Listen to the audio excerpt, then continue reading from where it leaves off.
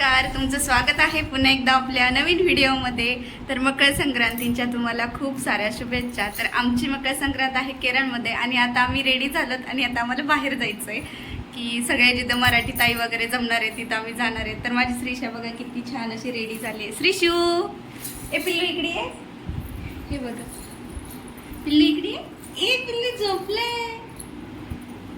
तर चला video continue करा, मी तुम्हाला दाखवते की आम्ही मकर संक्रांत कुठे सेलिब्रेट करतो आणि कशी करतो। आता ऑल महाराष्ट्रामधल्या सगळ्या लेडीज असतात ना, सगळ्यांची परंपरा प्रथा वेगळी आहे, कारण आपल्या अहमदनगरमध्ये थोडंसं वेगळं आहे, त्यांच्याकडे वेगळं आहे आणि ते कसं आहे मी तुम्हाला नक्की सांगते। तर आम्ही आता 4 वाजलेत म्हणजे 3:30 वाजलेत, सगळं आवरून तयार आहे।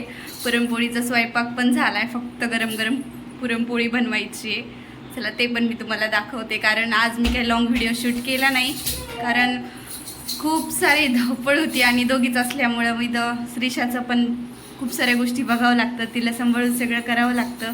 आणि बघा ती आमची मॅडम आता बॉल खेळते, बघू शकता इथं माझं पुरण वगैरे सगळं झालं आहे, म्हणजे पुरण मी असं वाटून पुरण चाळीने सगळं करून ठेवलं आहे। आणि इथं माझी आमटी, अशी आमटी पण झालेली आहे।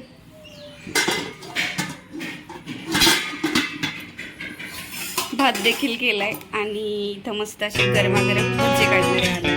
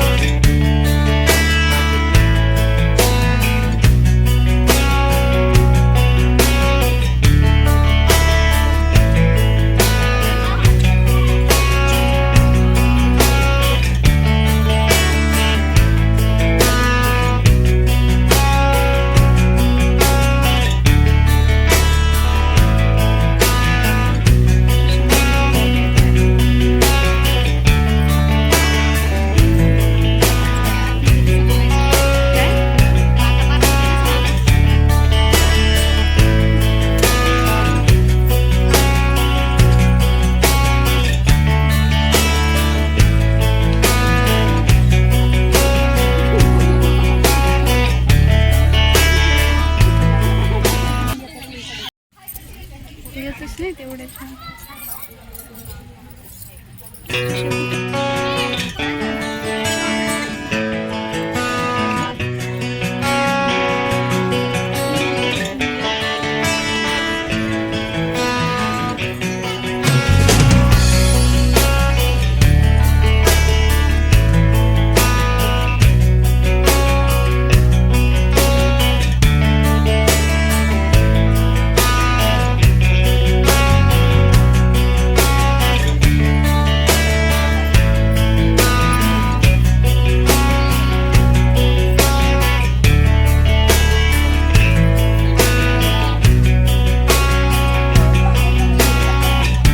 तर अशी होती आमची केरळमधली मकर संक्रांत। खरंच खूप छान झाली। मला व्हिडिओ खूप सारे शूट करायचे होते पण टाईम काही एवढा भेटला नाही, कारण श्रीषा पण खूप मस्ती करत होती आणि पाठीमागे एक बाबा दिसतात ना, ते श्रीषाला खूप छान लक्ष ठेवत होते, पण ते व्यवसायचं पण असतं, त्यात एवढा व्हिडिओ काढायला देखील टाईम नसतो आणि कुणीतरी सोबत, आणि सगळ्या लेडीजला व्यवसायचंच होतं, त्यामुळे मला काही एवढा व्हिडिओ काढायला टाईम भेटला नाही। जेवढा टाईम भेटला मी तेवढे व्हिडिओ शूट केले। त्यानंतर ना संध्याकाळी एका ताईंनी बोलवलं होतं, त्यांच्याकडे असे विडे देण्याची पद्धत असते, तर आपल्या अहमदनगरमध्ये नसते, महाराष्ट्रात काही भागांमध्ये अशी पद्धत आहे विडे देण्याची। त्यानंतर त्यानंतर घरी आल्याच्या नंतर पुरणपोळी राहिली होती, तर म्हटलं आता गरम गरम मस्त अशी पुरणपोळी बनवून घेते, कारण स्वयंपाक तर माझं जायच्या आधी सगळा झालेला होता. तर मी इथं पुरणपोळी वगैरे बनवत होते आणि खरंच मकर संक्रांत खूप छान साजरी झाली आणि त्यानिमित्त सगळ्या मराठी ताईंना एकत्र येतात, त्यामुळे मग खरंच खूप छान वाटतं. तर सगळ्याकडची गावगावची पद्धत वेगळी आहे. सातारा कोल्हापूरला असे विडे वगैरे देतात, आपल्याकडे फक्त ओसत काही काही ठिकाणी म्हणजे गुलाल डोक्यात भरतात, सिंदूर भरल्यासारखं.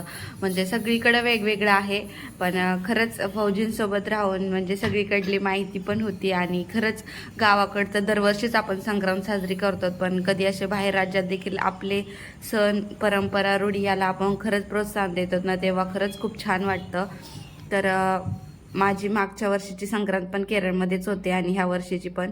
तर फौजींना यायला खूप उशीर होणार होता, ते 8 ते 9 वाजता येणार होते, त्यामुळे मग मी इथं गरम गरम पोळ्या बनवून घेतल्या आणि काही जे पीठ उरलं होतं ते फ्रीजमध्ये ठेवून दिलं, कारण त्यांच्या एक फ्रेंड येणार होते, पण त्यांना फोन केल्याच्या नंतर ते पण सुट्टीला गेले होते आणि मी इथं पोळ्या करून ठेवल्या होत्या.